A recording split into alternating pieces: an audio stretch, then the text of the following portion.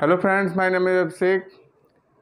आज हम लोग डिस्कस करने जा रहे हैं chapter number 1 the rise of nationalism in Europe का topic number 3 the age of revolution के अंदर topic number 3.1 the romantic imagination and national feeling. अब ये रोमांटिक इमेजिनेशन और नेशनल फीलिंग ये क्या था, ये नया है। तो इसके पहले जस्ट आप लोगों ने देखा कि रेवोल्यूशन जो ऑटोक्रेटिक रूल था 1815 का, जो ट्रीटी ऑफ वियना के बाद जो है उसको फिर से इस्टेब्लिश किया गया, उसने वो ऑटोक्रेटिक बन गया और फिर से लोगों को प्रॉब्लम होने लगी और फिर से एज ऑफ रेवोल्यूशन, एक रेवोल्यूशंस का दौर चल पड़ा। इसमें ये जो आइडिया था romantic imagination and national feeling, ये दोनों कैसे कनेक्ट हुए, ये है क्या, उसको देखते हैं। कल्चर, कल्चर ने एक बहुत इंपॉर्टेंट रोल प्ले किया। Culture played an important role in creating the idea of the nation, which is idea of the nation. ये दो टर्म याद है। तो कल्चर ने, जो भी कल्चर, किसी भी एरिया का कल्चर हो, चाहे वो वेस्टर्न यूरोप का हो, ईस्टर्न यूरोप का हो, नॉर्थ यूरोप, कहीं का भी, साउथ यूरोप, किसी का भी, कोई भी कंट्री हो, ग्रीक हो, रोमन हो, कोई भी कंट्री हो, उसमें कल्चर जो उनका है उसने बहुत इंपॉर्टेंट रोल प्ले किया आइडिया ऑफ नेशन में, जिसमें वहाँ का आर्ट, उस कंट्री, उस एरिया, कंट्री अभी कैसे बोलेंगे, अभी तो नेशन हम फॉर्म करेंगे। उसके बाद पोट्री, स्टोरीज, म्यूजिक, हाँ, इन सब ने जो है वो नेशनलिस्ट फीलिंग, जैसे क्या होता है, जैसे आप इंडिया में हैं, इंडिया में क्या है कि आप रानी लक्ष्मीबाई हैं, तो रानी लक्ष्मीबाई के बारे में खूब लड़ी मर्दानी, वो तो झांसी वाली रानी, इस तरह से पढ़ते हैं। तो क्या होता है, आप सब लोग नेशनलिस्ट फीलिंग आने लगती है उमड़ के। हाँ, कोई स्टोरी पढ़ते हैं, जब आप जो है अपने रेवोल्यूशनरीज की, भगत सिंह की स्टोरी पढ़ेंगे, चंद्रशेखर आज़ाद की स्टोरी पढ़ते हैं, जो ये रेवोल्यूशनरीज रहे, आप सब लोग क्या करते हैं, कनेक्ट करते हैं, नेशन से कनेक्ट करते हैं कि हाँ, इन्होंने हमारे कंट्री के लिए कुछ किया या इसकी आज़ादी के लिए कुछ किया, अंग्रेजों से लड़ा। तो वही चीज़ यहाँ पे भी है कि जो कल्चर है, जो पर्सनालिटीज़ हैं, जो आर्ट है, जो पोइट्री है, वो सबसे क्या हो रहा था, कलेक्टिव बिलोंगिंगनेस आ रही थी, सब लोग जुड़ा हुआ महसूस कर रहे थे।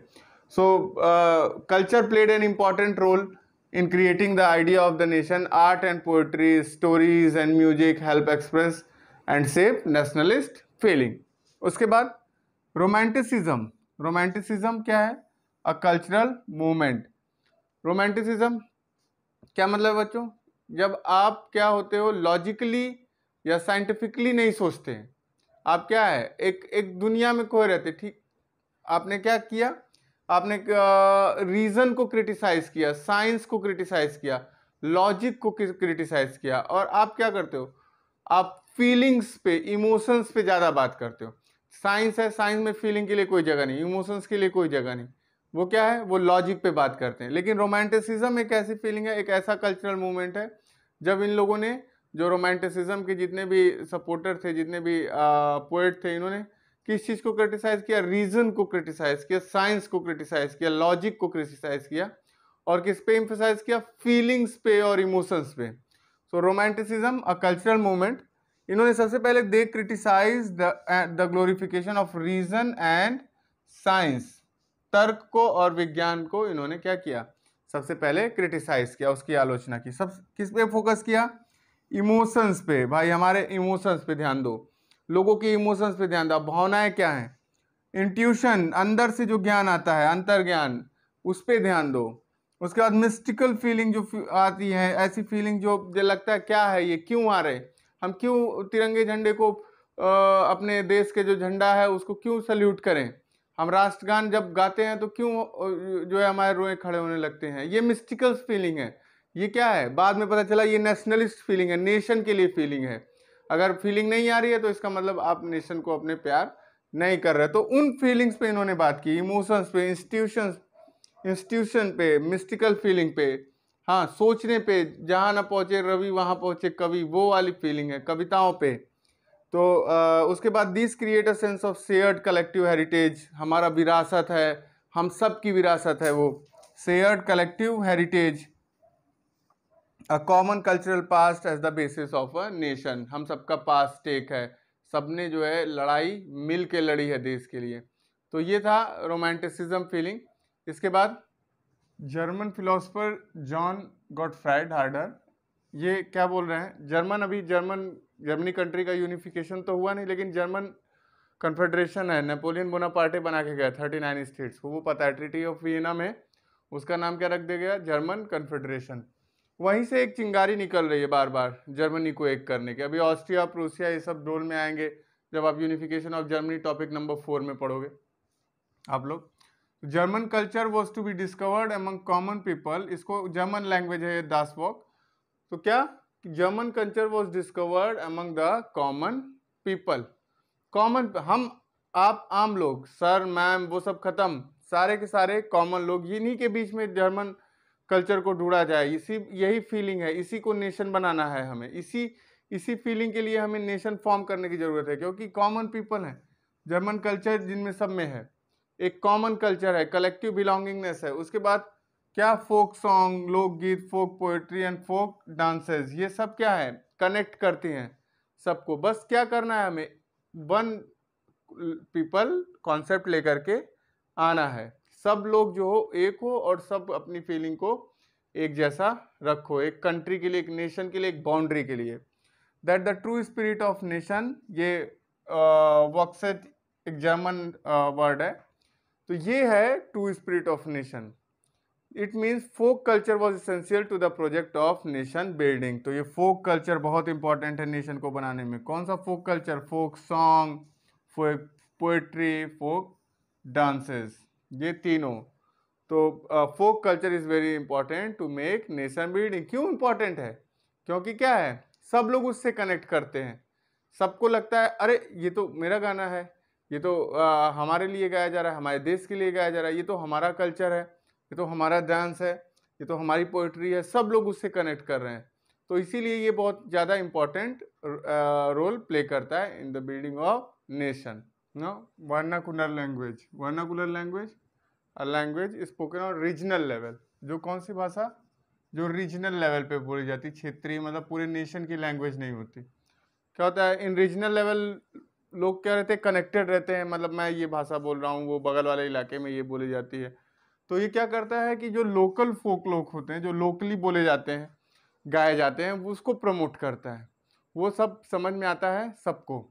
तो वर्नाकुलर लैंग्वेज जो क्षेत्रीय भाषा है, इसने बहुत इंपॉर्टेंट रोल प्ले किया इसमें, promote collection of local folk lore. उसके बाद पोलैंड एक केस है, देखिए यहाँ पे, पोलैंड पार्टीशन था रशिया में, प्रोसिया में और ऑस्ट्रिया में, मतलब एक नेशन की तरह पोलैंड जो है वो एज अ नेशन एग्जिस्ट नहीं कर रहा था उस समय, उसके टुकड़े टुकड़े हो रखे थे। बट नेशनल फीलिंग अभी भी पोलैंड के लोगों में थी, और उसको किसने जिंदा रखा था, म्यूजिक एंड लैंग्वेज ने, पॉलिश लैंग्वेज और वहाँ के म्यूजिक ने। मतलब बटा हुआ है, एक नेशन नहीं है, लेकिन नेशनलिस्ट फीलिंग अभी भी है पॉलिश लोगों में, और उसमें उसने म्यूजिक और लैंग्वेज ने एक बहुत इंपॉर्टेंट रोल प्ले कर रखा है।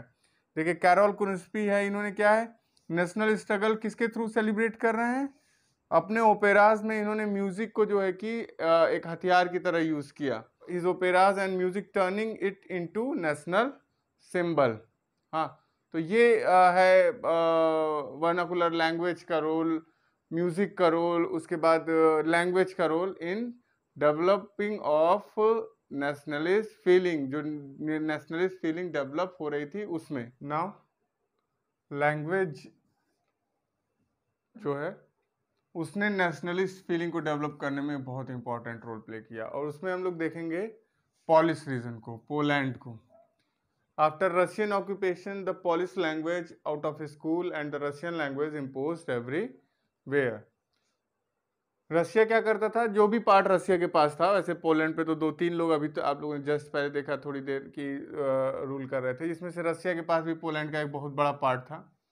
तो रशियन अथॉरिटी क्या करती थी कि पॉलिश लैंग्वेज को क्या करती थी, बाहर करने की कोशिश करती थी, और वहाँ पे क्योंकि उन्हें पता था कि लैंग्वेज एक बहुत बड़ा हथियार बनता है किसी भी एरिया को कन्वर्ट करके उस पर रूल करने के लिए, और या तो जो है कि अगर वो करेंगे हमारे पे, हमसे अगेंस्ट में, तो वो लोग खुद एक वेपन की तरह लैंग्वेज को यूज करेंगे जहाँ पे हम रूल कर रहे हैं।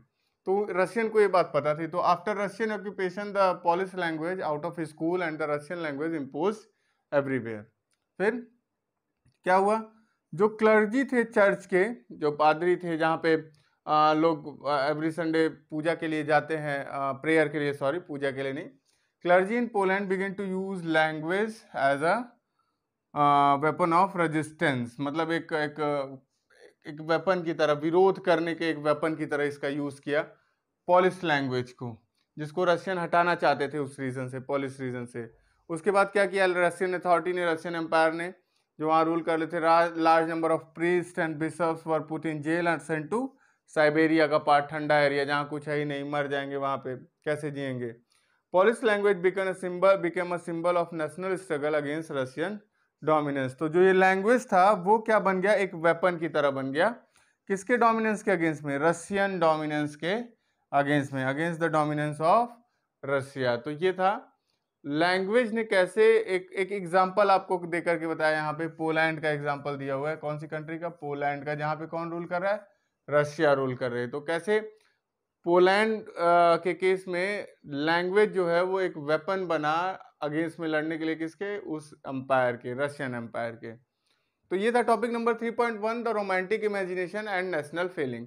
इस टॉपिक में इतना ही। अगर आपको वीडियो अच्छा लगा, लाइक करिए, सब्सक्राइब करिए, शेयर करिए। That's all for the day. Take care, good bye.